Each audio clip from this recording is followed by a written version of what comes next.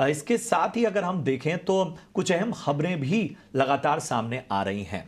इस बीच पूंजी जुटाने की योजना के बाद जी एंटरटेनमेंट का शेयर करीब 8% टूट गया। शेयर में गिरावट की क्या यही एक वजह है या कुछ और कारण है? हमारे सहयोगी शरद दुबे इस वक्त जुड़ चुके हैं। शरद, बताएं आखिर इस गिरावट को किस तरह देखा जाए? जी बिल्कुल, जी के बारे में बात करें तो पूंजी जुटाने की अनाउंसमेंट तो ज़रूर आ गई थी, 2000 करोड़ का पूंजी जुटाने का था।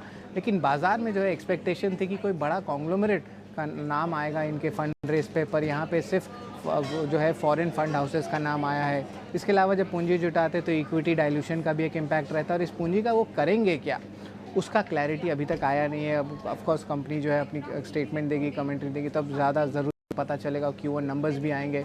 CLSA की भी राय हम पढ़ लेते हैं। 1200 करोड़ का जो ये बड़ा कैश रिजर्व और कैपेक्स का ज़रूरत है, अब वो भी ख़त्म हो चुका है। OTT प्लेटफॉर्म ZEE5 में जो निवेश का दौर था, जो कैपिटल इंटेंसिव निवेश था, वो भी ख़त्म हो चुका है। और उन्होंने ये भी कहा है कि जो वर्किंग कैपिटल की ज़रूरत थी वो कंपनी भी हासिल कर चुकी है। तो ये फंड रेज आया है, इसका यूज़ क्या होगा उस पर सवाल ऑफकोर्स आ रहा है। और याद रखिए, जो रिलायंस वॉल्ट डिज्नी का बीच JV हुआ है, उसके कारण सेक्टर में ऑलरेडी कंपटीशन आ चुका है। जी में याद रखिए प्रमोटर का होल्डिंग सिर्फ 4% का है, तो ऑफकोर्स ये एक ओवरहैंग ज़रूर रहेगा, इसके तो चिंताएं बने रहेंगी। और सोनी के साथ मर्जर के डील के बाद स्टॉक में जो गिरावट भी आया है, तो ऑफकोर्स कुछ पॉजिटिव्स भी हैं, कुछ नेगेटिव्स भी है, लेकिन आगे जाते हुए इस फंड रेज का क्या होगा ये पता नहीं है बाज़ार को। और ऑफकोर्स इसके कारण भी जो है ये गिरावट स्टॉक में देखने मिल रही है, क्योंकि बड़े कॉन्ग्लोमरेट्स के नाम का एक्सपेक्टेशन था स्ट्रीट का, वो नहीं आया है। जी की पूंजी जुटाने की प्लान क्या है ये मैं आपको बता देता हूँ। देखा जाए तो 2000 करोड़ FCCB के जरिए जो है रेस करेंगे, 10 साल का ये टोटल रहेगा।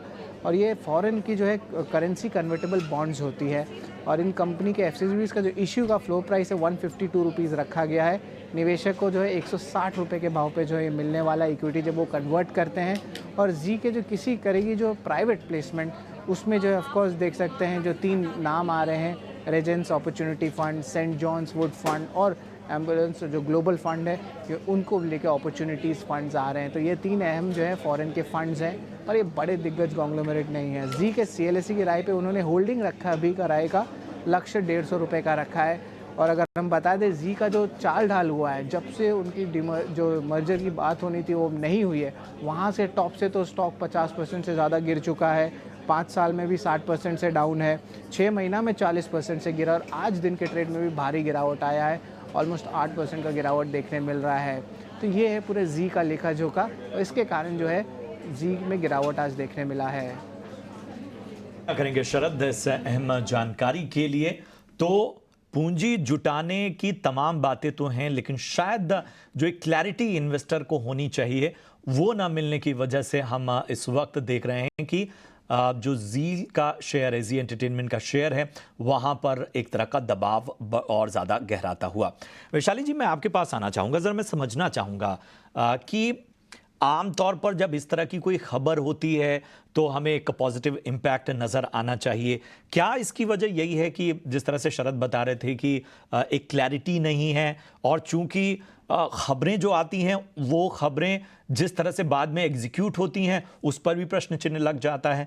तो ज़रा उस पर मैं इस सवाल के साथ आपके पास आऊँगा, लेकिन इस वक्त बाजार ने कह सकते हैं रिकॉर्ड हाई बनाते हुआ निफ्टी देखिए 24,800 के पार जाता हुआ निफ्टी बाजार अपने उच्चतम शिखर पर रिकॉर्ड हाई बाजार बनाता हुआ। और वाकई भारतीय बाजारों की जो मजबूती है, जो एक लगातार नए शिखर पर भारतीय बाजार हर गुजरते दिन के साथ बढ़ रहे हैं, वो भारतीय बाजारों की मजबूती के बारे में इशारा करते हैं।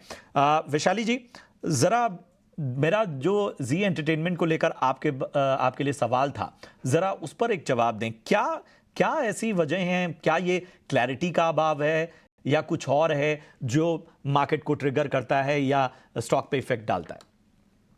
फर्स्ट ऑफ ऑल मैं क्षमा चाहूंगी, बिकॉज मैं जी कभी भी रेकमेंड नहीं करती हूँ। और टेक्निकली भी आप देखेंगे तो ये स्टॉक में कुछ स्ट्रेंथ तो दिख ही नहीं रही थी।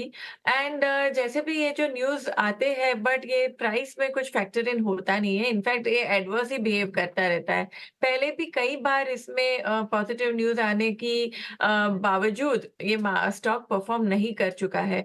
तो आई थिंक ये स्टॉक को थोड़ा मिस कर दे, because market is full of better opportunities, तो मेरी पर्सनल सलाह रहेगी कि जी को ध्यान ना दे, बिकॉज फिलहाल it is in a negative territory. एक बाउंस बैक की एक संभावना थी, but there is no clarity. तो ये राय थी जी एंटरटेनमेंट पर। बाकी अच्छे अपॉर्चुनिटीज बाजार में है, ऐसा वैशाली का मानना है।